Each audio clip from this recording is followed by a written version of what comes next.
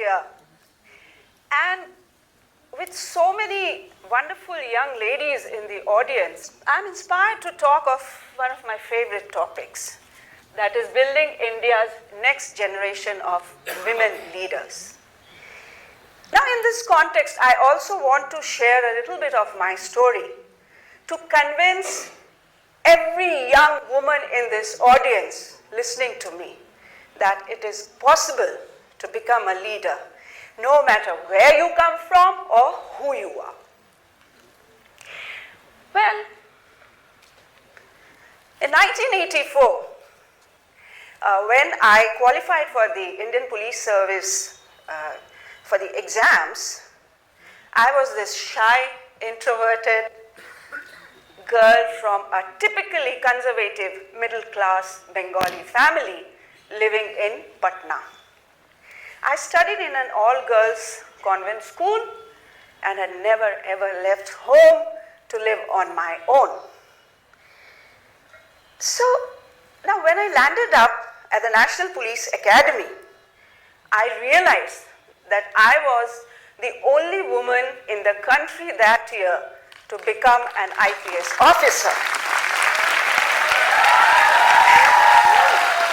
So next morning when I reported for the parade, our instructor told me in a crisp tone, "Sanyal ji, यहाँ पे महिलाओं के लिए अलग से training नहीं होती," meaning that I had to do every single bit of activity which my other male colleagues had to do.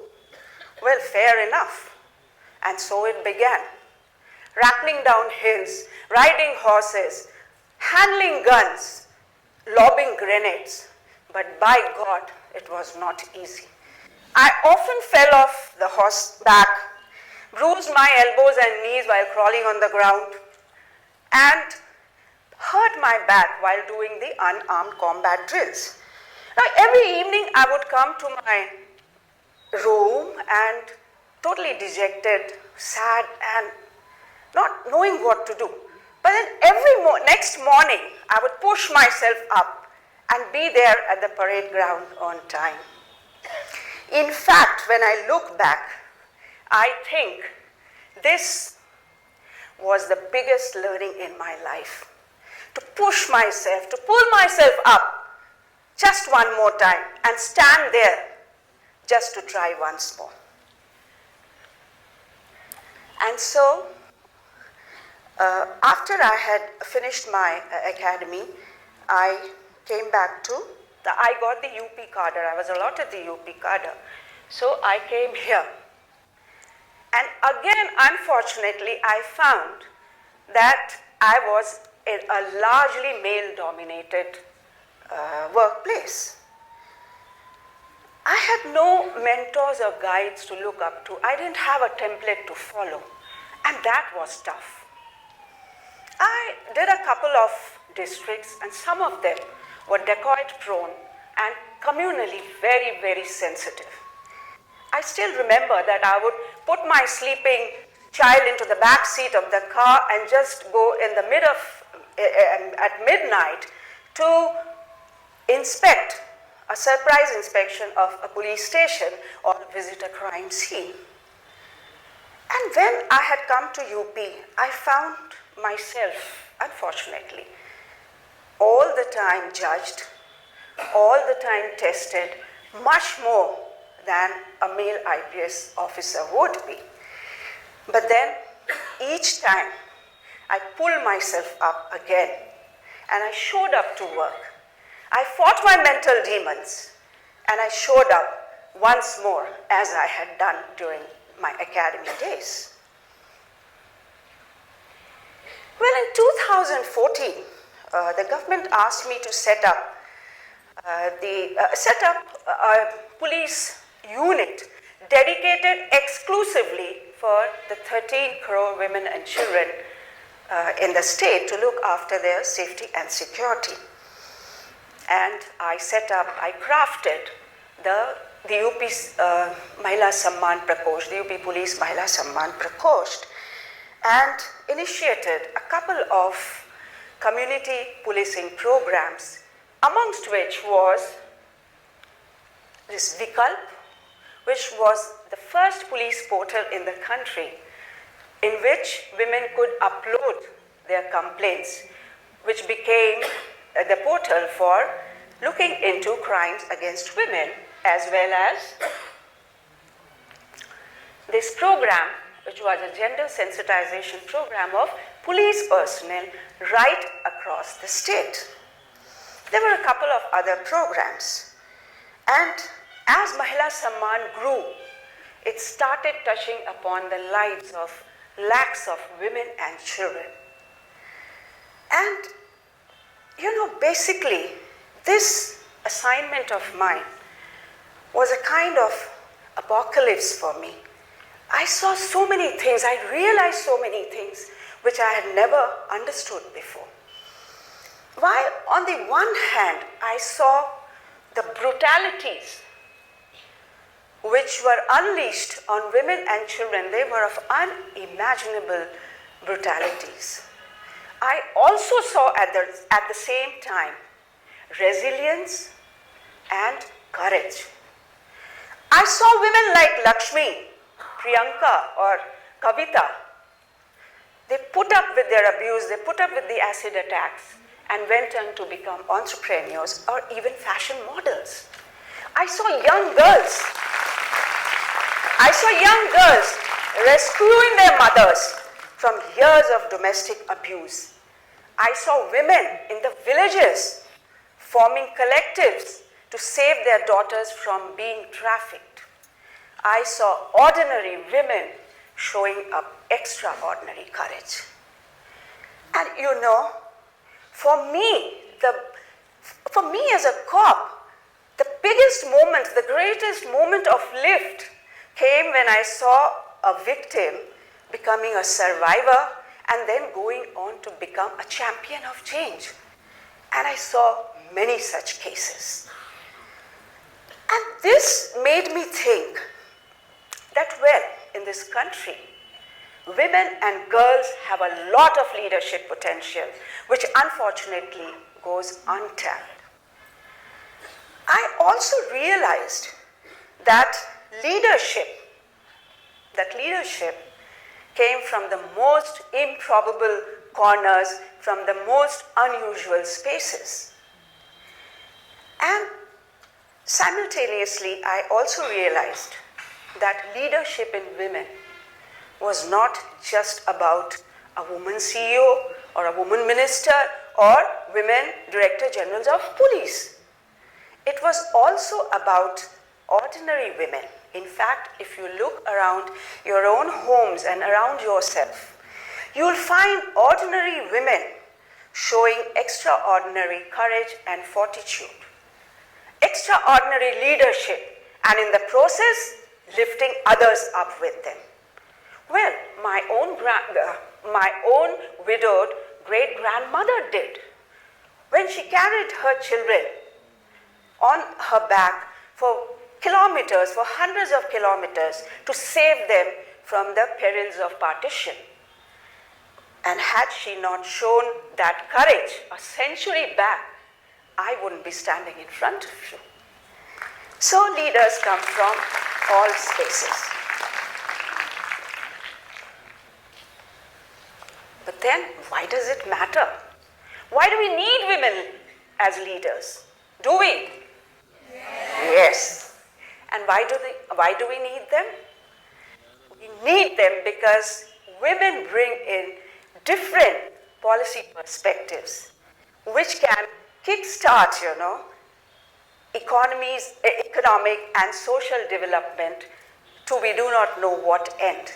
And therefore, we need people like you and you and you to do more and become more, because no nation can progress if half of its population is held back and not allowed to achieve their potential.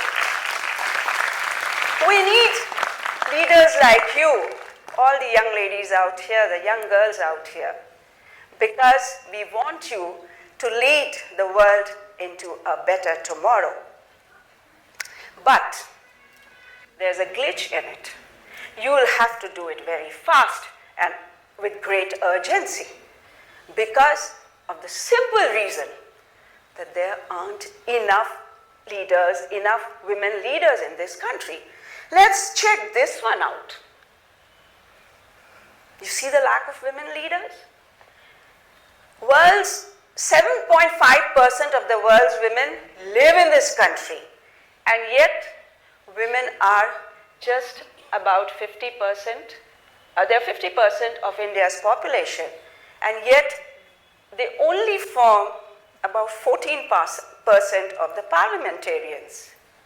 Only 7 to 8% women in all ranks in police. In the profession I had served for 3 decades plus. Less than 4% of CEOs in India. Only 9% of Indian startups having female founders, despite the fact that India has the largest startup ecosystem in the entire world.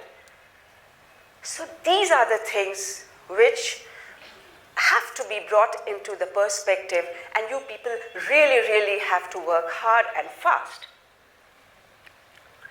So, why do I see that? Because you can change all this, as you are the change agents and you are the future leaders of the world. So, what would you do? Let me go back the slide. Then what should you do? Okay, then I'll leave all the young ladies out here with just 5 pointers on how to grow into the women leaders of tomorrow. First one is be the CEO of your own life, right? And start it right away. Raise that hand if you know the answer in the class. And down the line, if you feel that you know a better way of doing business, well, go ahead and start your own business. Ask for that salary raise which you think you deserve so much. After all, you have a duty to get the best life for yourself. You owe that to yourself. Dream big, follow your dreams, but then take your brain along with you. It's absolutely fine to pursue what you want to do, to become what you want, to follow your passion. But once you have discovered it, once you have chosen your path, you have to get down to the basic level and work hard. Work hard and diligently, not just work hard. So you need to find out the leaders in your profession. Look at them. Look at the best practices in your profession. Follow these leaders and improve upon them. Right? Never ever let your failures put you down, stop you, or define you. You know, you are the writer, the script writer of your own story, of your own life story. Just as you should have followed your own dream, but you had to ensure that it was your trademarked dream. And so the story too has to be your own story. It has to see an imprint of your own trademark. See, failure will touch everyone, every woman, every girl who is trying to climb up. But then that should not allow you to define yourself. That shouldn't be your definition. It's just a passing phase, and that you need to realize. Treat it as just a misspelled word in that story of your life and cross it out. The rest of your story still awaits you. You have to write it. And then learn to manage your fears, your doubts. Let me tell you today that it is absolutely okay, it's absolutely perfect to be imperfect. You can have your moments of anger, you can have your moments of doubt, you can have your moments of anxiety. It's absolutely fine, we all go through it. But what you also need to realize is that positive affirmations and self-belief will allow you and will make you competent to face any challenge which life throws at you. So that portion you also need to do. And then yes, stop worrying about the world. The world will adjust to you. Don't worry about it. Wherever you are standing, wherever you stand, you create a new world for yourself. And this is for my young friends out here. Let's get out of this syndrome. Don't bother about the world. If it has so much time to be just thinking about you, just congratulate the world and move on. Yeah. So let's get out of this syndrome. And the last important thing, and perhaps most important, is to build your tribe, right? Get people around you who value you, who raise you up every day to become a better version of yourself. You must have your support group and you must have your team of mentors and guides, because they are the ones who will stand beside you. So pick out on those people who you think are going to help you evolve. And most importantly, please, all the young ladies and all the girls in this audience, please take a pledge to stand beside and behind your girls and your women. And so, before I end, let me just once more remind you that it's absolutely possible to thrive, to grow, and to become a leader. Let me go back to what I started with. You can become a leader no matter where you come from or who you are at the moment. Right? And I have done it in my own small way. All the speakers on the stage today, they have done it. Women across the country, across the world are doing it. So now, it is your turn.